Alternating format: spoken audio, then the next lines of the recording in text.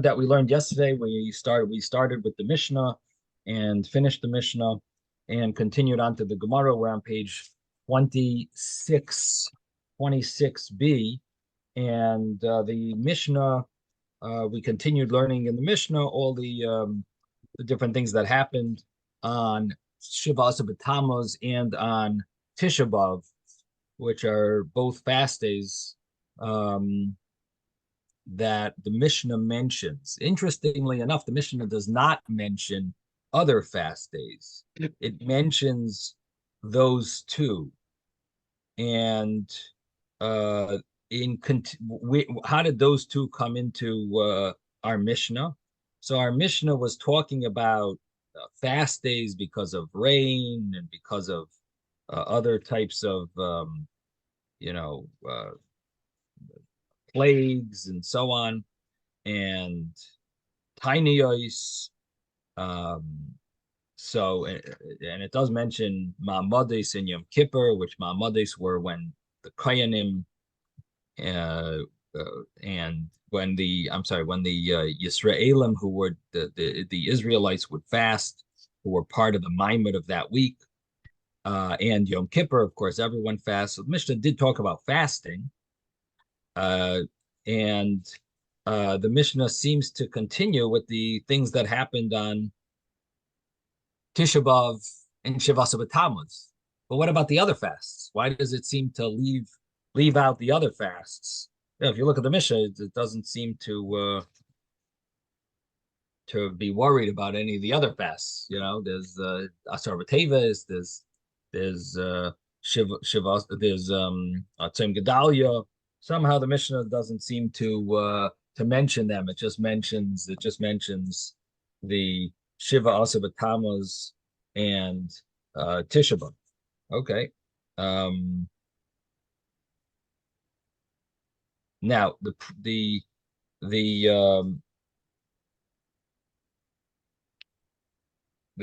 one of the answers, I guess, is that we're dealing mainly with the second Churban. In other words, what are we really mourning over? We're mourning over the Churban of the Bayis Sheni. The Churban of the Bayis Sheni, so Tzim Gedalia, which happened when Gedalia was killed, that is a story that is an event that took place, a sad event that took place by the first Beis Hamikdash. They established the fast, we still fast. Additionally, the Asara B'Teves, the siege around Yerushalayim, for Asara B'Teves, they made a siege around Yerushalayim. That was during the time of Samach Melech Bavel. That was also in the time of the first Beis Hamikdash. So it seems that the Mishnah is really picking cases that are applicable to the time of the second Beis Hamikdash, not to the time of the first Beis Hamikdash. That would seem to be the answer. At least that's one of the answers given by one of the Rishonim. The Ritva gives that answer, and the logic behind that. Why would the Mishnah choose to only pick the second Beis Hamikdash rather than the first? Because the second Beis Hamikdash is what we are really mourning. In other words, the second Beis Hamikdash took over from the first Beis Hamikdash, true. But what is our real mourning for? Are we mourning for the first Beis Hamikdash, or are we mourning for the second Beis Hamikdash? So according to this, we're really mourning for the second Beis Hamikdash, even though second Beis Hamikdash was not as great as the first Beis Hamikdash. There were certain issues that were missing, certain things, certain holy things that were missing in the second Beis Hamikdash. But our pain is that we don't have the Beis Hamikdash that was currently destroyed. And so therefore, the Mishnah mentions those fasts that were connected to the second Beis Hamikdash. The other thing is, it could be that the Mishnah is choosing to mention things that are not mentioned in Navi. In other words, we know the fast days that are written in the Nevi'im, in the Tanakh. Tanakh says these fast days. There's the Tzayim Haravi, Tzayim Hachamishi. So each fast day had a they called it by the month that it was in, and so the fast days are mentioned in the Tanakh, in the Navi. But our Mishnah is mentioning things that are not mentioned there, the different things that happened on these days. So it mentions things like it doesn't mention there about the Talmud, Batal Talmud, and Apostomus burned the Torah, things like that. It doesn't mention, and therefore we are mentioning them, the Hemet Selam Behechel, and the Nilka de Beitar. Well, Nilka de Beitar is the second base in English, but the Navi doesn't mention some of these things like Nechor Shahir and so therefore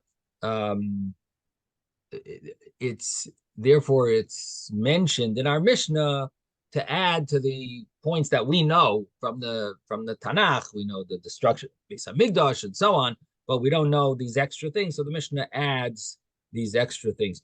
Actually, I did want to mention what was the real tragedy of Batal HaTamid, that the Tamid was not burned, was not what was the Tamid, the regular daily sacrifice was not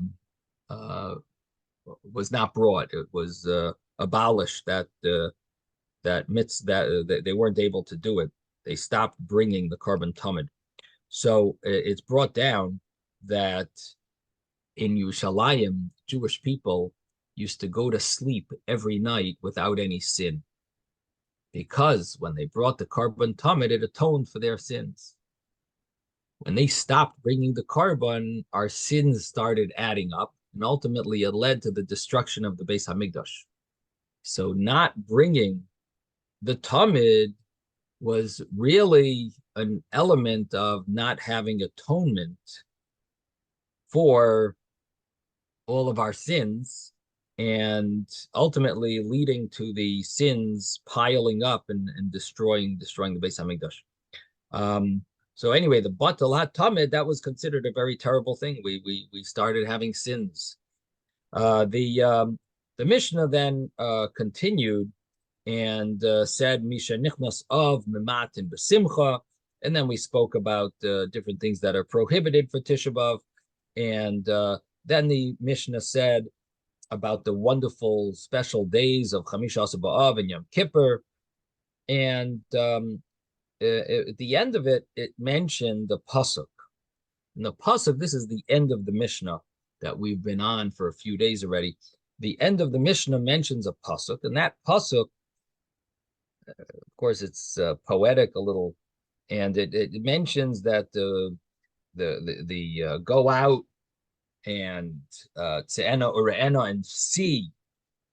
The pasuk says, "Go out and see the daughters of Zion," which basically means the Jewish people. The Melech Shloimeh,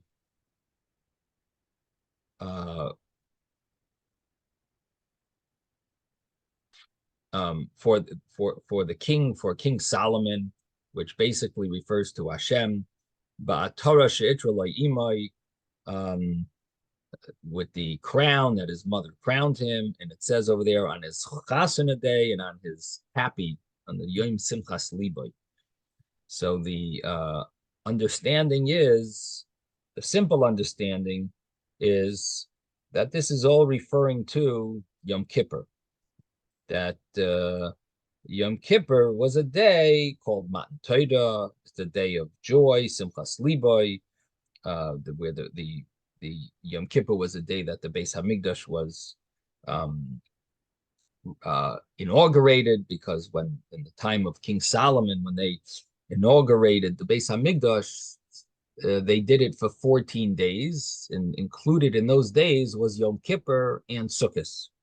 So it basically says that Yom Kippur is a very special day of joy, and it's called Yom Chasunasai, the day of our A chasana is referring to Yom Kippur. It's like a wedding, and has to do with the fact that we got the second set of tablets, and um, the second set of tablets um, um, has to do the second set of tablets included all the special midrashim and other types of Baal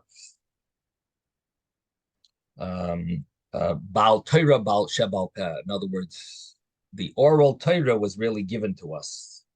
We initially we were just going to have the Torah and the book of Joshua. When we got the second set of tablets, Hashem said, "You know what? Give them everything. Let them see everything. Let them have the whole library." So that's when we got the entire Torah Shebal Peh, all the Torah, the oral Torah, which included all the Talmud and the Midrashim and so on. And so it's called Yom Chasunasai, which means it's the day of our chasana, because by a chasana, just like by a chasana, it's sort of like the recipient is has some type of a say, has some type of a authority. Here also, when Hashem gave us the Torah, gave us the ability to make laws and rules. The rabbis have the right to add on to the rules. So therefore, it's also similar to a chasana, where the recipient, meaning the woman, has an element of she has has some type of authority also as a recipient. So the same thing is the Jewish people. We became we became married, which means we became important and have a certain level of authority over the Torah. So Yom Chasunasei, it's called. That's the day of Yom Kippur.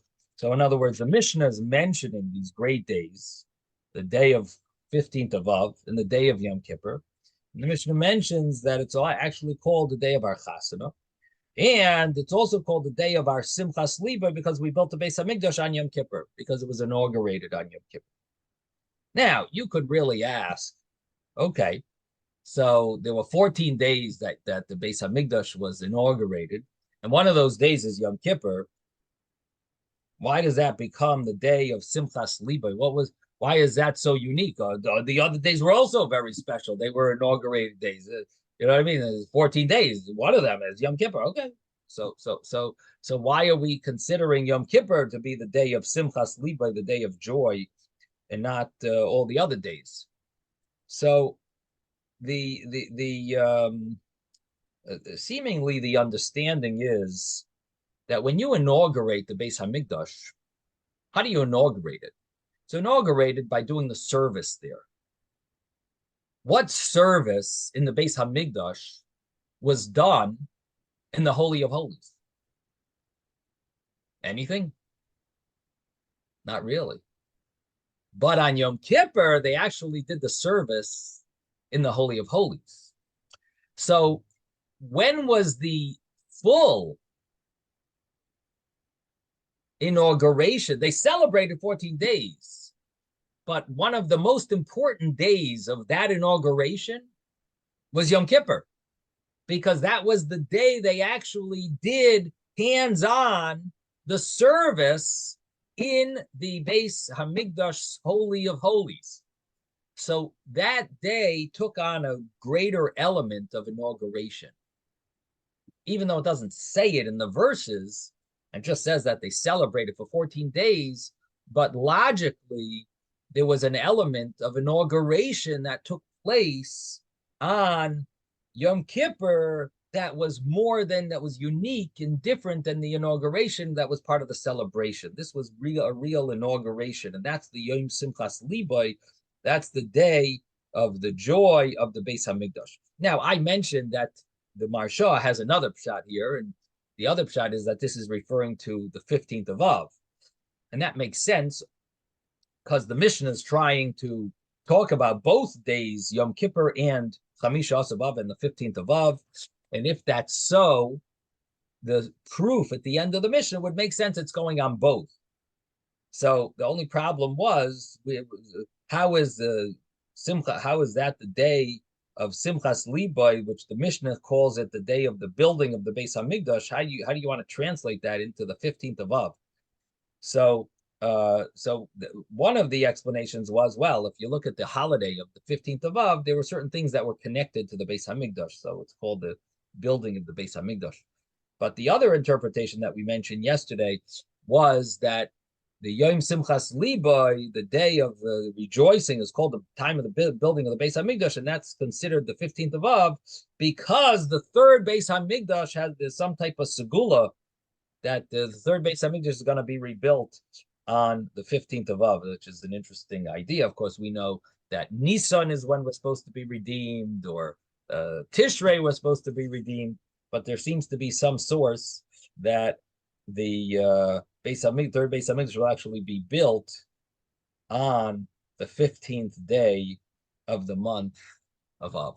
So there is such a source brought down. So, of course, we're not limited to that day, but there seems to be some segula that would be a special day for the building of the Beis Hamikdash, and that would be why the Gemara says Yom Simchas Levi is a binyan Beis Hamikdash, and that's referring to the 15th day of Av. Of course, it's a hint; it's not a clear. That's not the simple understanding of the verse.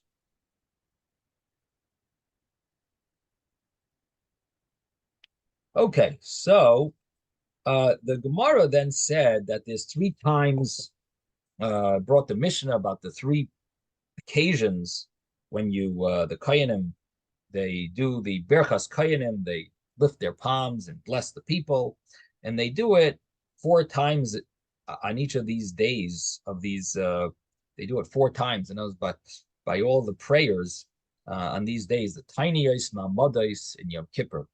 And basically, these are fast days. And on these fast days, the Kohanim, they do Berchas Kohanim four times. And the Gemara asks, not all the fast days do you do four prayers. So how do you have, how do you really have the four times that they're going to be duchening? And the answer of the Gemara was that up to four times. That was the Gemara's answer, and which basically refers to Yom Kippur. Yom Kippur, you have all four prayers, and in those days there was you had Musaf, those days you had Berchas Kainim four times. And we mentioned in the Mishnah that there's really a big discussion about this Berchas Kainim doing so many times a day. Is there a mitzvah to do it more than once a day? Is this a biblical obligation? Is it a rabbinic obligation? Is it a custom? And we even mentioned that if you're doing the same prayer, there's a question if it's a bracha, if you're allowed to say a bracha or not. But basically, our Mishnah seems to tell us that they did it four times, and different ways of learning it. You could, if you want to learn it that it's a custom, that's an option. You could learn it that it's a rabbinic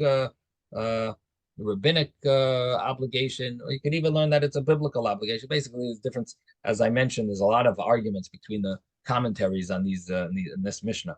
Now, the Gemara then said that this whole Mishnah only fits with Reb Meir. The rabbis say absolutely not. You can't do Berchas Kohanim for Mincha and Ne'ilah. Those two prayers do not have Berchas Kohanim. And we explained yesterday that has to do with getting drunk, that we're afraid, people might be drunk, and being drunk, you're not allowed to do Berchas Kohanim. And therefore, the rabbis were very against doing Berchas Kohanim for Mincha and for Ne'ilah. In the morning, people don't get drunk, but in the afternoon, could be people are drunk. Now, how could that be? This is a fast day. Is it possible people are drunk on a fast day? And the answer is no. We're not worried that they're drunk today. What we're worried about is if you do it on a fast day, you do Berchas Kohanim at Mincha, you might end up doing Mincha on other days. And that's where people might be drunk, and therefore it'll create a major sin of being drunk and doing the service. Now, there is an interesting discussion I should mention that Tosfos brings up over here, and that is that mincha time, our Gemara seems to say, is the time that people are drunk. But there is a Gemara in Shabbos that says, mincha, you don't have shikrus. Mincha, we're not worried about people being drunk. Ma'ariv is when people might be drunk, because at night people get drunk. But mincha, you don't. It's not so common for shikrus, for drunkenness. So that seems to contradict our Gemara. Our Gemara is basically telling us that mincha time we're worried about drunkenness. Gemara Shabbos says mincha is not a time of drunkenness. Ma'ariv is a time of drunkenness. So to reconcile that, Tosfos says that relative to Ma'ariv, mincha is not such a big, we're not so concerned about drunkenness. But relative to Shachris, and when you're comparing mincha to Shachris and Musaf, so our Gemara is basically saying that relative to Shachris and Musaf, mincha is a time of drunkenness, and therefore we have to be careful when but so in other words, it's all relative. That's the way Tosfos learns. There is another commentary that says that when it comes to davening, when it comes to the issue of davening, you're allowed to daven if you drank a cup of wine. When you're drunk, that's a problem. But when you drank a cup of wine, you could go and daven. But when you drank a cup of wine, you cannot go and do Berchas Koyanim. Because for Berchas Koyanim, a revius of wine, that's already the prohibition of doing the service while you are a shasui yayin. You're someone who has drunk wine. So according to that commentary, the way he answers this contradiction is that in the Gemara Shabbos, it's talking about being drunk and not being able to daven. There, we say that at mincha, most of the time, people are not drunk, that they can't daven. Mincha is not a time of being drunk. But to say that people didn't drink a cup of wine in the olden days, that's how they ate their meal, with wine. So the prohibition of doing Berchas Koyanim would kick in at mincha because they ate and they drank. But the problem of davening wouldn't apply. So Gemara Shabbos talking about the time of davening. No, it's not an issue. Mincha is not an issue of davening. It's not a problem because they drank some wine. That's no problem. They're not drunk. But regarding the laws of doing Berchas Koyanim, duchening, that is a problem. And therefore, our Gemara will say, it mentions here about the problem of doing Berchas Koyanim, of duchening, after at mincha time. It's a problem because it could be they drank a cup of wine, which is part of their meals. That's how they customary, like in France, I think they drink wine at their general meals. But see, Mordechai wants to say something. Doesn't it say that the reason we say Va'ani Tfilasi is because the Goyim get drunk on their festival? Yeah, I'm not familiar with that. Is that something to do with on Shabbos Mincha? You're saying we specifically want Hashem to see the difference between the Jewish people and the Goyim? Is that what you heard? It's an interesting insight. I'll have to look into that. Va'ani Tfilasi. I thought it had to do with the Elokim b'roiv chastecha, that we want to emphasize that it's a time that all the negativity of the Elokim is pushed aside, and it's a great time of mercy, and so on. It's Elokim b'roiv, that Elokim is with roiv chastecha. That Elokim is the chesed overpowers the severities, the kindness overpowers the severities. But anyway, that's an interesting insight. I'll have to look it up. I guess it's right. If you heard it, must be right. There must be other insights into that. So you're saying that from that you basically see that Yidden are not drunk when we daven mincha on Shabbos. Is that basically what you see from there? Right. So right. So, that's what I was saying. I guess that would fit with what we're saying, that people drink, but they're not drunk at mincha time. And with Taisvis's explanation, it's relative to Ma'ariv, we're not drunk, you know, relative to Shachris and Musaf, maybe we drink a little. Relative to the Goyim, we're not drunk, maybe. Uh, anyway, I'll have to look into that. Yes, Ezra. With respect to Neila, Yeah. isn't the problem with the Nesiat Kapayim the fact that you're so close to Shkia that it could be a problem if you do it after? Yeah. So we're gonna learn that right now about mincha and ila. Is there a difference? Because we have a Rabbi Yossi here that's gonna say there's a difference. We're gonna get right into the difference between mincha and ila, if there is a difference according to one opinion. So let's start actually this Gemara, and we didn't do it yet. So I was just preparing you for the Gemara, the little insights into it. Okay, so we're ready. We're up to the new Gemara. We're on page 26b. And let me tell you where we are. Man Chachamim. Who are the Chachamim? And that is, it must be about maybe 30 lines from the bottom. Let's see, 5, 10. Maybe about 23 lines from the bottom. And if you are in the art scroll, we are on page 26b2. 26b2. The second column, in the first new paragraph, Man Chachamim.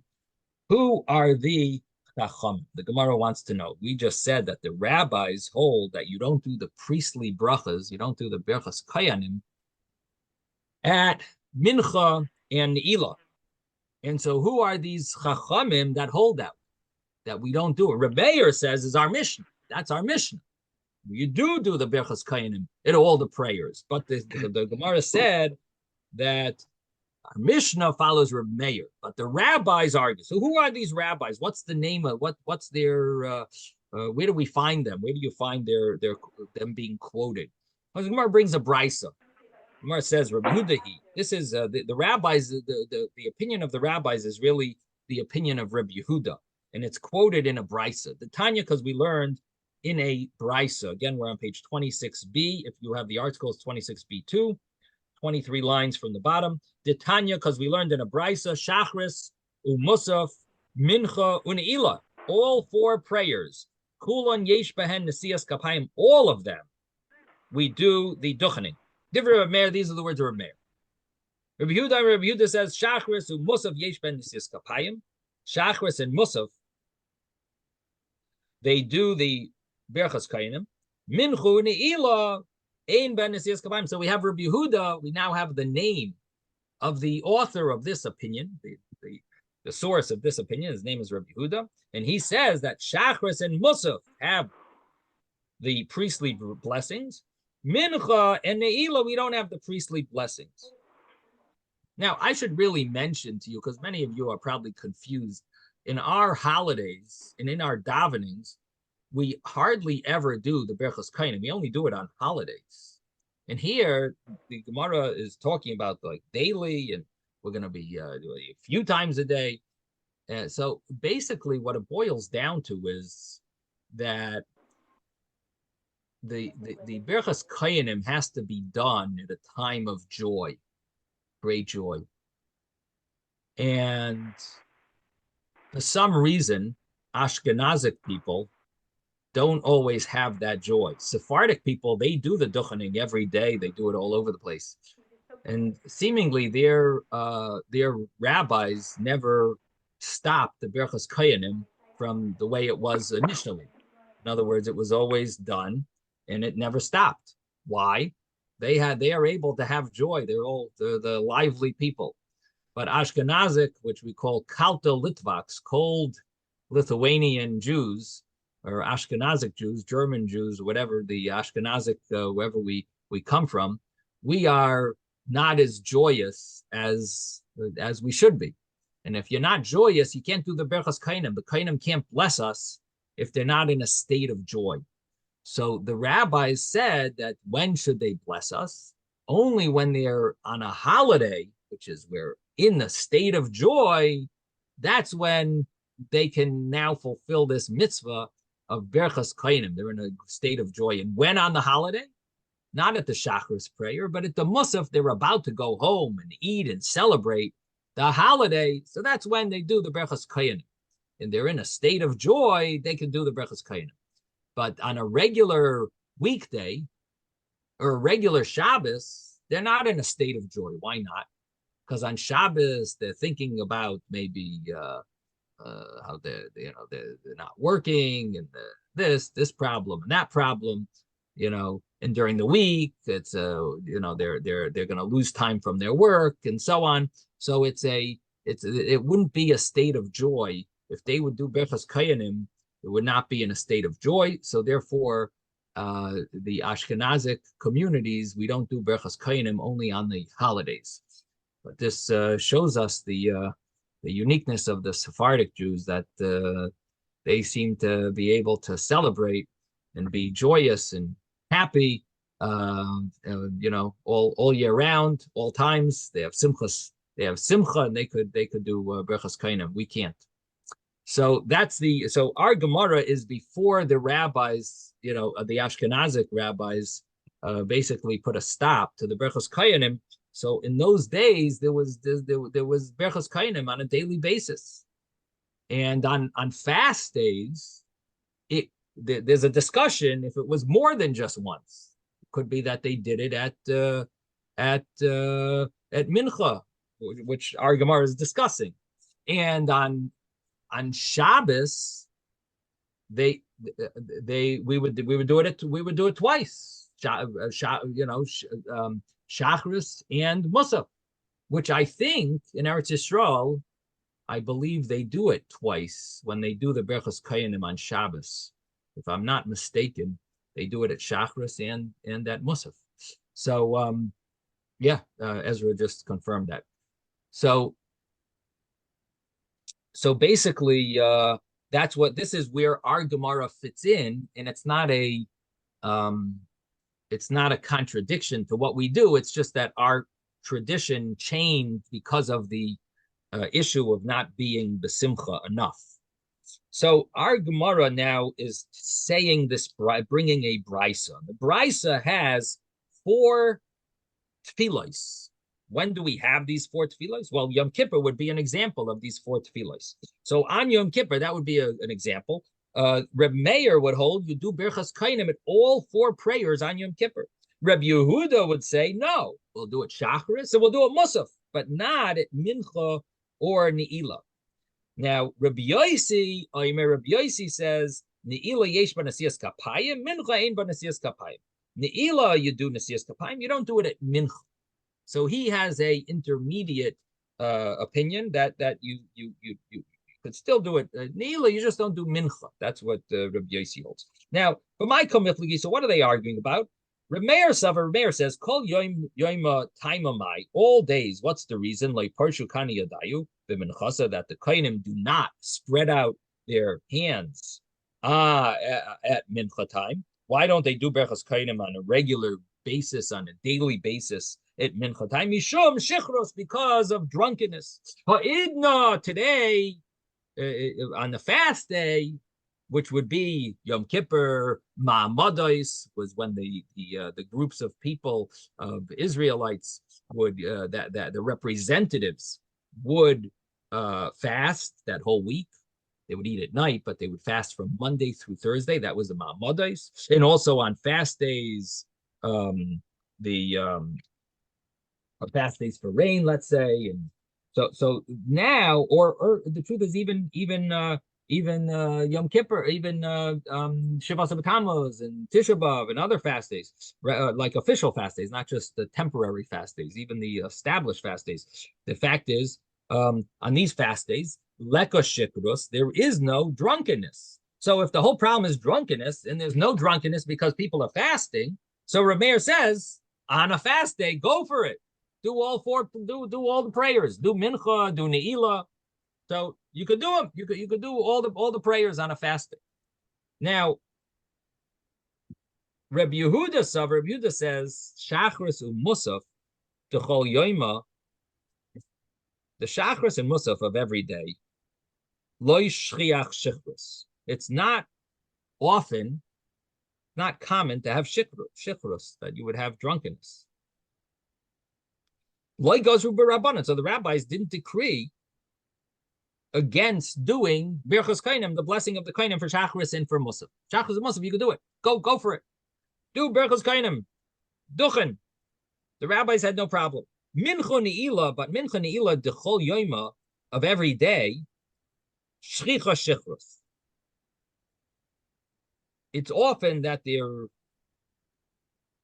is shichrus. And on this is where I discussed that there is a Gemara in Shabbos that seems to be contradictory to this, that says mincha, it's not shichrus. And we gave our two answers. We gave the two answers given by the Rishonim, the commentaries that that either relative to shachris and musaf, mincha is considered possible shichrus. It's relative to that. And that's our Gemara. Or the point is that we're talking about drinking a cup of wine, not necessarily being fully drunk, but drinking a cup of wine. It's shchiach shichrus. It's often that there will be a drunkenness, which means a level of drunkenness of at least drinking a cup of wine.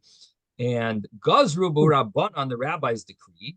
And if they decreed about Mincha Ne'ilah, that decree was a blanket decree that applied even to fast days. So Rabbi Yehuda is saying that it's not that we just look at, well, is it a problem today? Is there a problem with drinking? If we would just look at today, say no, there's no problem. They're fasting, but because the regular mincha and ne'ilah, we are nervous of shifrus. So therefore, the rabbis decreed that they made like a rule that you don't ever do berachas kainim at mincha and at ne'ilah. So that would be the reason of Rabbi Yehuda. And now the Gemara says, lost my place. Rabbi Yosi Savar. Rabbi Yosi Savar, mincha de'isa b'chol yoima gazru b'rabbanan. So Rabbi Yosi says, mincha that you have every day, that would be your reason that the rabbis would make a decree that all minchas should not have berachas kainim. Again, we're nervous of drunkenness, so they'll make a decree that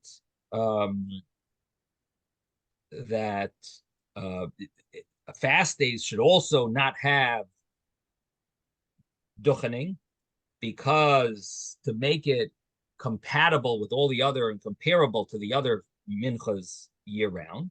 But ne'ilah delesa b'chol yom, ne'ilah which you don't have every day, like Adar Rabbanan, the rabbis didn't make a decree against it, and therefore you could do a berachas kainim and ne'ilah, because it's not going to be confused with the regular prayers of the daily on a daily basis that that the kainim are going to start doing berachas kainim.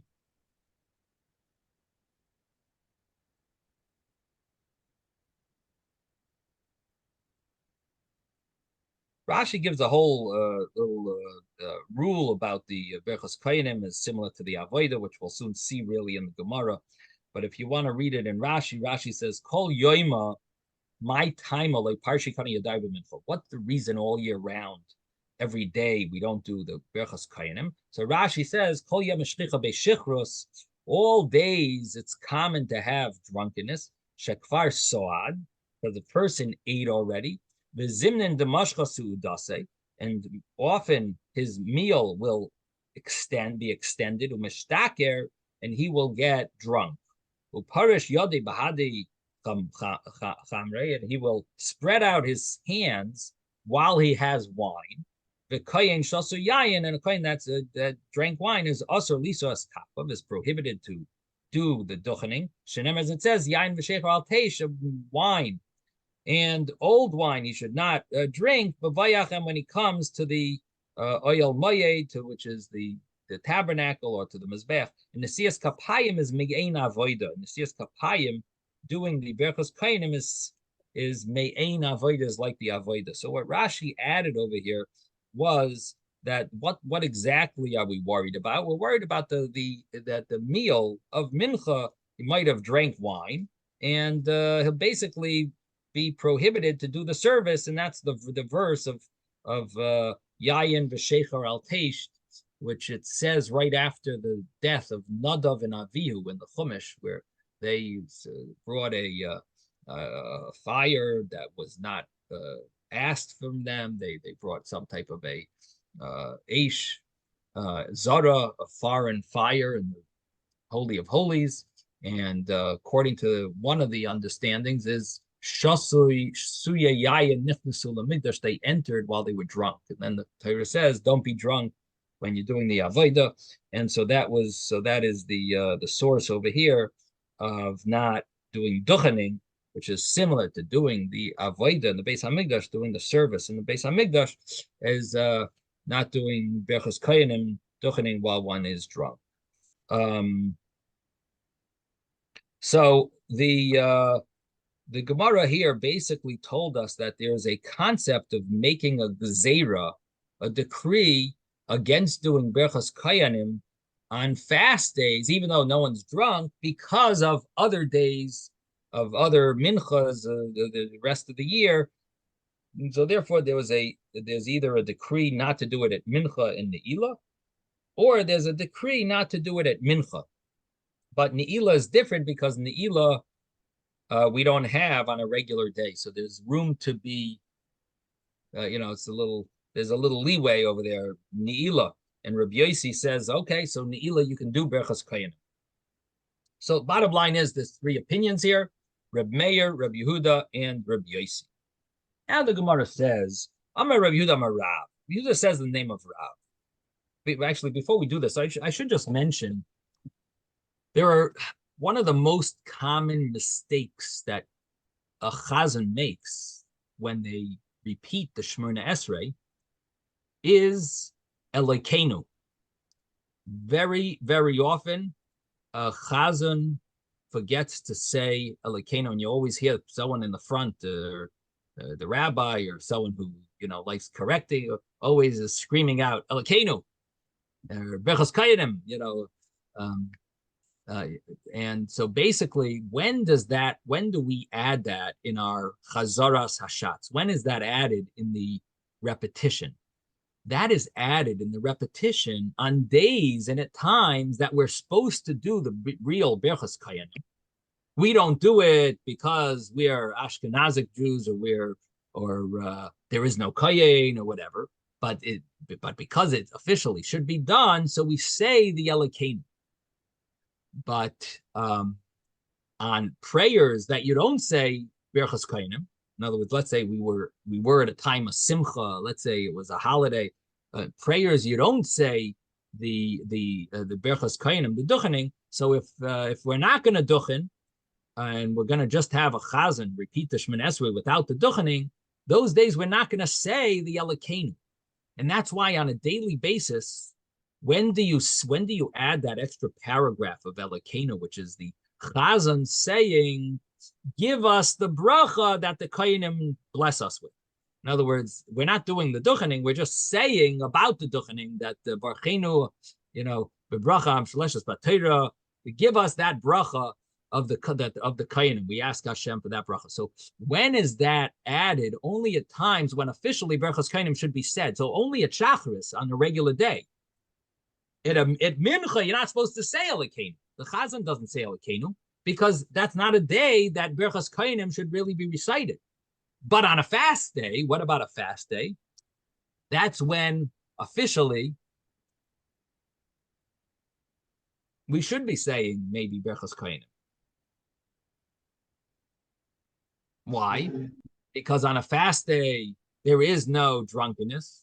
So that would be a possibility that we should really be saying Elokeinu on a fast day. And that's why on fast days, the minhag is to say, or the halacha is, maybe I should say, that we say Elokeinu on fast days at mincha time because it is it would be a time to do berachas kainim theoretically, at least according to Reb Meir. Now, the Gemara says here that Amar Reb Yehuda Amar Rav. Now we'll go back to the Gemara. The Gemara now tells us about the halacha. We'll see it's a little confusing here. Reb Yehuda Amar Rav says, halacha ke Reb Meir. The halacha follows Reb Meir. Okay, that means that you could do berachas kainim, all prayers. Tachris, Musaf, Mincha, Ne'ilah, no problems, no issues. Why? It's a fast day. At a fast day, you can do it at Mincha and Ne'ilah, no problem. No one's drunk. So that's halacha like Reb Meir. Reb Yochanan says no guam to Reb Meir. The people act according to Reb Meir. He's not claiming that the halacha is 100% Reb Meir, but that's how we do it. We follow Reb Meir. Rava says minag to Reb Meir. It's interesting. Rava is even less than Reb Meir, less than Reb Yochanan's view that it's like the people act that way. But the mina, the custom seems to be with Reb Meir. So not that people act in accordance with Reb Meir, but that the minhag is the opinion of Reb Meir. Now, what is the meaning of all this? So mandam halacha Reb Meir. So the Gemara explains. It says the person who says that the halach, the opinion of Reb Yehuda Rav, that says the halach is like Reb Meir. Darshin lo b'perka. When you give a public discourse, or when you give a drasha and shul to the community, you say the halach is like Reb Meir. That's the way Reb Yehuda Rav says. Mandam minhag, the opinion that says that it's a minhag. The minhag is the custom follows Reb Meir. Actually, minhag Reb Meir is more solid than Reb Yochanan. That says the people act that way. The minhag is this way, is more solid. So the Gemara says now that man da amar minhag medrash le darshinan. We don't say it publicly in a drasha that we follow Reb Meir, but Aruye Moirinon, we will haskin, we will say to individuals that if someone asks us, we tell them that that's how we follow Reb Meir. So we don't say it in a publicly, but we will give a hoyra'ah. Oiruye Moirinon is from the word hoyra'ah. We will give a ruling that's how you do it. Mandamar Nagu, according to the opinion that it's just Nagu, people act that way. So then it's a Ruye Loy Marinon, that it's we don't even give a individual ruling that's the halacha. The Avid, if someone does it, he did it. But Loy Madrinon, he doesn't have to go back. So if a Kayin did the Berachas Kayinim, we don't stop him. We let him do it. So according to Nagu Reb Meir, it seems that it's okay if they did it. But maybe that's not even necessarily the halacha. Now, it's interesting. Rashi tells us, he says that the opinion of Nagu, it sounds like it's the past tense. People did like that view. It's acceptable.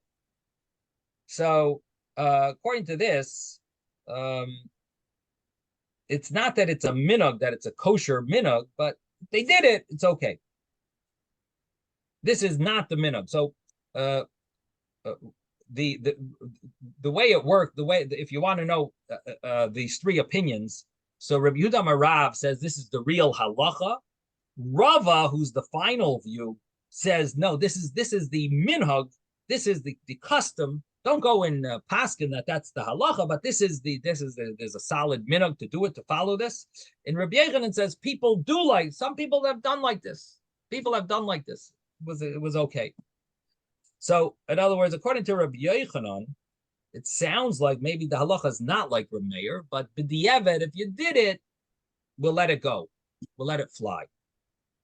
According to Rabbi Yehuda Marav and according to Rava, more or less the halacha is like this. Rava is a little questionable, but he's pretty much accepting the fact that the minog is Rabbi Meir, and if someone asks you, that's how you paskin. Rabbi Yochanan doesn't seem like he would paskin that way. If someone asked him what to do, no.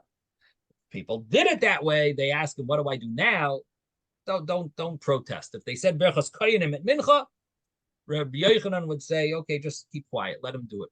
If he's doing berachas koyanim at mincha, but really maybe you shouldn't do it that way." Now the Gemara now says that Rav Nachman Amar. Rav Nachman says halacha to Rabbi Yosi. The halacha follows Rabbi Yosi, and then the Gemara concludes and says halacha to Rabbi Yosi. The halacha follows Rabbi Yosi. So we almost were convinced that the halacha is like Rabbi Meir. All of a sudden, the Gemara just quickly switches it and says that the halacha follows Rabbi Yosi. Now, what was Rabbi Yosi's view? Rabbi Yosi had that intermediate view where Ne'ilah you don't have. Ne'ilah you have berachas koyanim. Mincha is the only prayer where we're not going to have berachas koyanim. That was Rabbi Yosi's view. Now, the Gemara now says, okay, so the halacha follows Rabbi Yosi. The Gemara asks a very strong question. If the halacha follows Rabbi Yosi, so should we do berachas koyanim on fast days at mincha?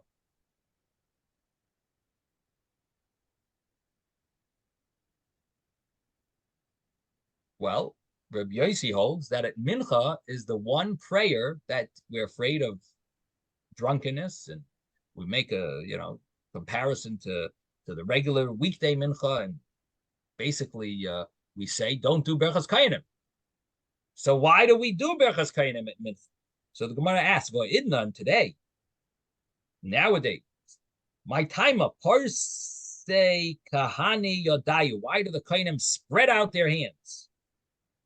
B'minchasa the tainisa, the mincha and a tainis. Why do we do berachas koyanim at mincha on a fast day? It's according to Rabbi, if Allah is like Rabbi Yosi, we shouldn't do it. So the Gemara answers, Kivan de besamoch l'shkias hachama koparsi, since they do this close to shkia, which is close to sunset, ketfilas ne'ilah damya, it is similar to ne'ilah. What does that mean? Normally, mincha was done earlier in the day. If mincha is done earlier in the day on a regular weekday, so then when it comes to a fast day, if you're doing mincha much later in the day, you know what that mincha seems like? It seems like a ne'ilah prayer. It doesn't feel like a mincha prayer. So because of that, we don't need to make a decree because of the regular daily mincha, because this prayer is not a prayer that's normally said at regular day, because it seems like it's more like a ne'ilah prayer. It's done at a different time. So since regular days they would do mincha earlier, and now they're doing mincha late in the day, because of that, we can do berachas koyanim at mincha because it's more similar to ne'ilah than mincha. Now, why do you think they would do mincha later on a fast day?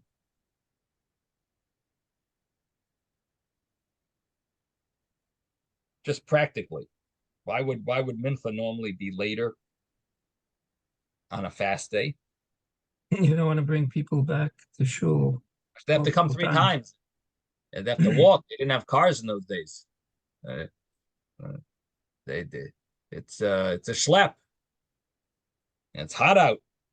So basically, question. Yeah. So when you're saying earlier, are you talking about plug mincha? Are you talking mincha gedola? and now we're talking about Mincha Katana. What exactly do we mean by earlier? That is a good question. So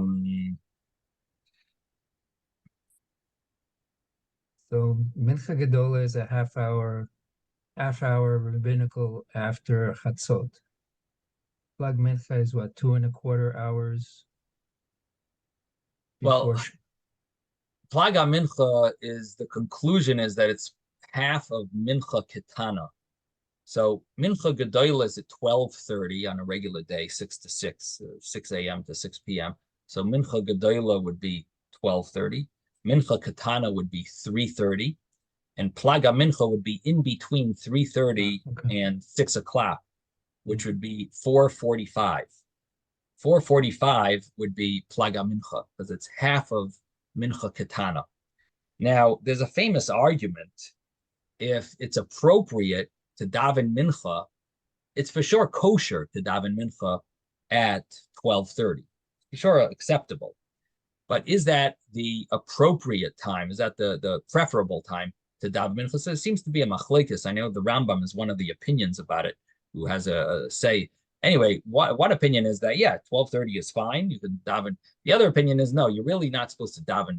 The real time to daven mincha is more the 3:30 time. So however you learn that, our Gemara seems to be saying that they would daven mincha before plag. You know, that's when they daven. Was it at mincha gedola? Was it at mincha katana? It doesn't really say clearly how, if which one they did. Maybe I could find it in the commentaries if someone says it. I didn't see anything, but probably it would say when they did it. But seemingly the understanding is they would daven mincha before plag, and here they would daven mincha on a fast day close to shkia, which is obviously after plag. And so uh, the conclusion is if you're davening mincha after plag, you would be allowed to do berchas kayanim at mincha, and that's what we do. That's our minhag is to do berchas kayanim, or we say the Elokeinu when we daven mincha on a fast day. What's interesting and what deserves to be looked into is nowadays we daven mincha much later. And seemingly that could be an issue if we always daven mincha at shkia. So why do we say alekenu on a mincha on a fast day?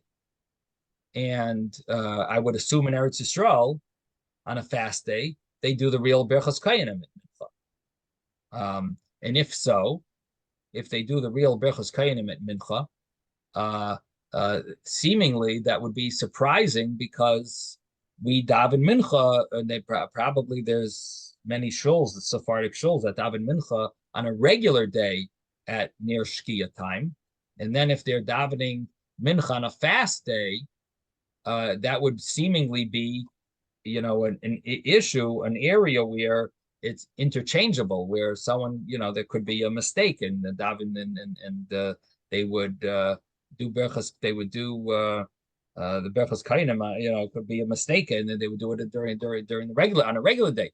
So it's potentially a mistake that could be made. So the question is, so how does that fit with what we do? Yes, Ezra.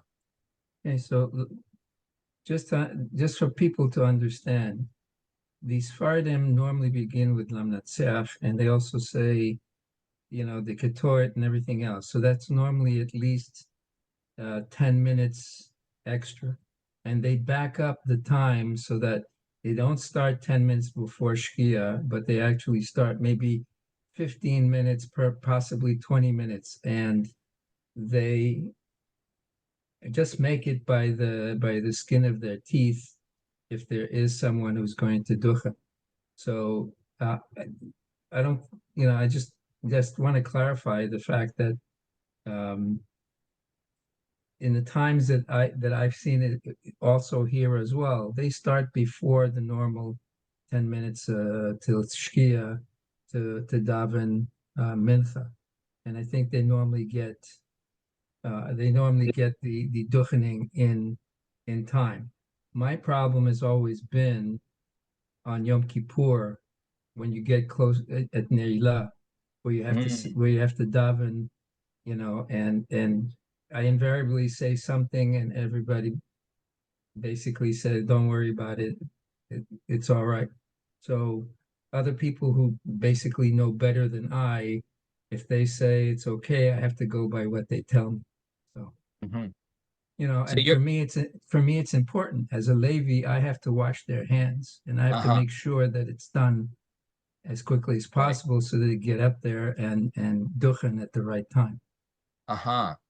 So what you're talking about is the fact that that you're not supposed to duchen at night. Is that what you're referring to? Yeah, Because you're yeah, not supposed to duchen at night.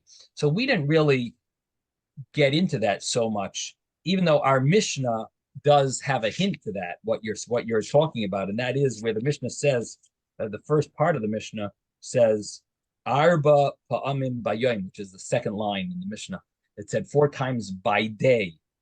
So that's the in other words, our Gemara is more discussing the issue of drunkenness, and the fact that it's later would be more of a reason to, the fact that it's not interchangeable with mincha of a regular day would be more of a reason to permit berachas kayanim. The only issue you're going to get into is a different issue, which we didn't really talk about, which I'm glad you brought up. It is the fact that it does say bayoim, and it sounds like that berachas kayanim has to be by day, and that actually is a halacha that way, that it's supposed to be by day. So that's something that we maybe will look into and discuss maybe tomorrow or the next day about the concept of Berachas Kainim being specifically by day. Shkayach for bring that up. We're going to stop here. I think my time is up. Have a wonderful day, everyone. Are we meeting tomorrow? Thank you, Rabbi. Yeah, we're going to learn tomorrow. Yeah. Sure. Okay. Yes. All right. Have an easy Thank you. fast. I don't see you. Thank you very much. Have an easy fast. Bye.